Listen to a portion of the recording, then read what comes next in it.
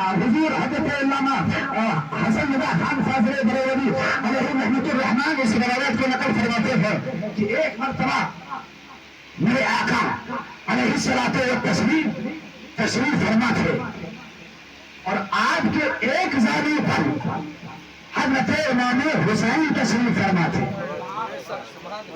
اور آپ کے ایک زانو پر آپ کے اپنے بیٹے حضرت ابراہیم تشریف فرما تھے. سرکار کے اپنے بیٹے حضرت ابراہیم تشریف فرما تھے اور ایک زانو پر سرکار کے شہزادے سیدہ فاطمہ کے لفظ جگر حضرت حسین پاک تشریف فرما تھے.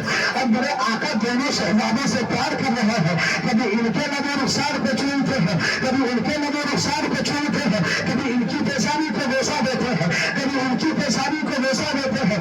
یہی محبت کا انداز چل رہا تھا کہ اتنے میں حضرت جبریل امین آ گئے.